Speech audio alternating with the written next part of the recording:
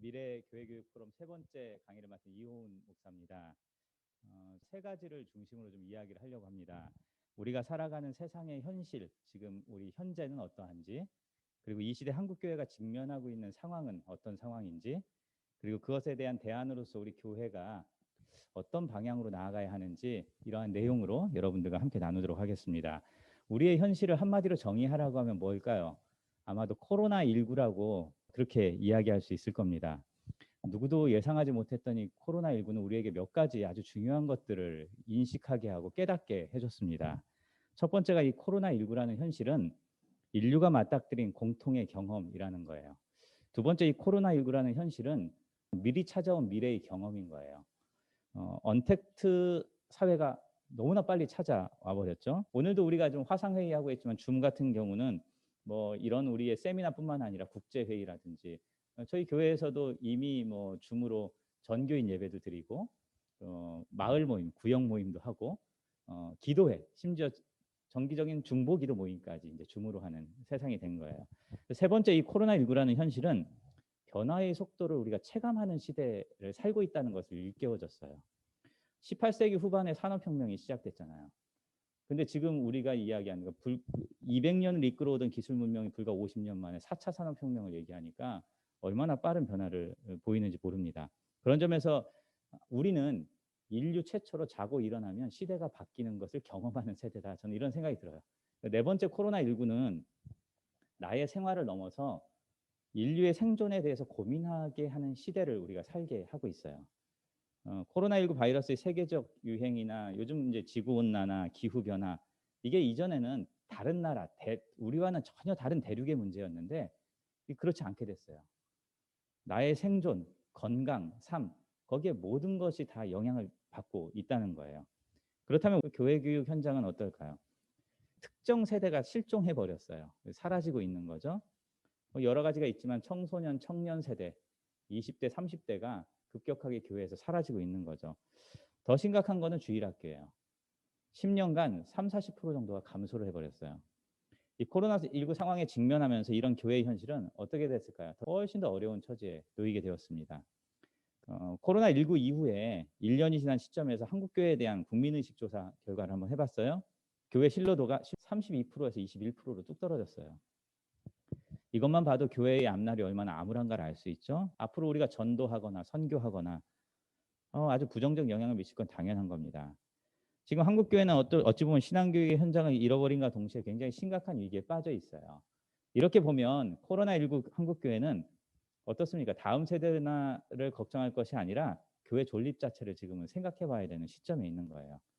우리의 현실을 직시하면서 그리고 이런 세상의 급격한 변화의 물결 속에서 우리가 교회 교육에 대해서 말할 수밖에 없는 겁니다. 그런 점에서 우리는 어디에서 교회 교육의 미래를 찾아야 될까? 이 이야기를 좀 간단하게 재현하고 싶습니다. 저는 첫 번째 교회 교육의 미래는 교회의 본래 목적과 건강함을 회복하는 데 있다고 봅니다. 교회가 건강하지 못하고 신뢰가 바닥인데 그 안에서 나오는 교육이 좋은 교육이 나올 수 있을까? 부의 축적과 성장을 1등 지상주의, 물질 만능주의, 경쟁 제일주의 같은 세속 가치를 우리 동경하는 신앙인을 가르치는 교육이라면 사실 그렇게 안 가르치는 것이 훨씬 더 나은 방식일 수 있는 겁니다. 그거는 교회와 교회 교육의 본래 목적을 훼손하는 거라고 할 수 있는 거예요. 두 번째, 교회 교육의 미래는 저는 동시대를 살아가는 그리스도인이라는 것을 잊어서는 안 된다는 거예요. 우리는 동시대를 살아가는 그리스도인이다. 우리는 이 땅에 살아가도록 다 지음받은 존재이죠.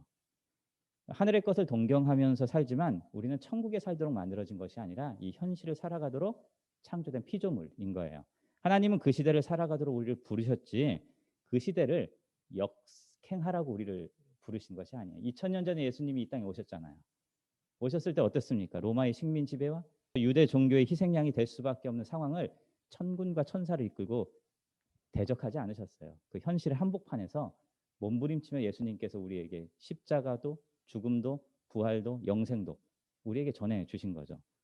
세상의 결핍과 갈망 필요를 채워주는 교회와 교육, 또 교회 교육, 세상과 대결하고 전투하는 교회가 아니라 상생하고 더불어 성장하는 교회 교육의 내용들을 우리가 끊임없이 우리 아이들에게, 우리 성도들에게 나누어야 될 이유이기도 한 거죠.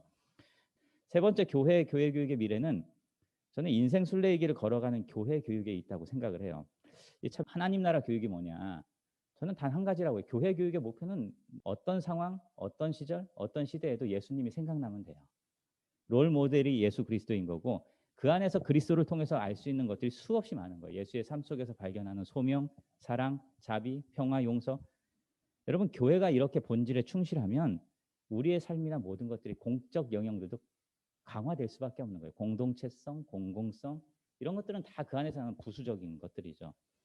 그냥 우리가 이 조그마한 울타리 안에서 교리로 무장한 아이들이 아니라 세상의 곳곳에서 일어나는 것들을 예수 그리스도께서 우리에게 가르쳐 주신 복음의 진리로 해석하고 선별하고 분별하고 선택할 수 있는, 그래서 그 세상 한복판에 나가 있는 빛과 같은 존재를 키워내는 교육의 내용을 만들어내야 우리는 미래가 있고 대안이 있다고 봅니다. 마지막으로 네 번째 교회 교육의 미래는 창조주 하나님의 그 피조물로서의 인간 그리고 세상으로서의 교회 교육이어야 한다고 저는 생각을 해요.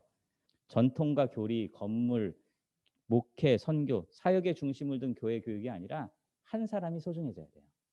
그 사람을 잃어버렸기 때문에 우리가 지금 이런 어려움이 처해 있다고 생각을 하거든요.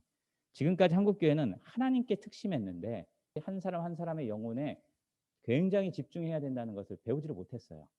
세상은 앞서도 얘기했지만 우리의 대결 상대가 아니라 하나님 구원의 대상이고 하나님 사랑의 대상이고 창조주 하나님의 손길이 묻어있는 곳이기 때문에 우리는 그 속에서 훨씬 더 큰 교회 교육을 꽃피울 수 있다고 생각합니다. 예, 마치겠습니다.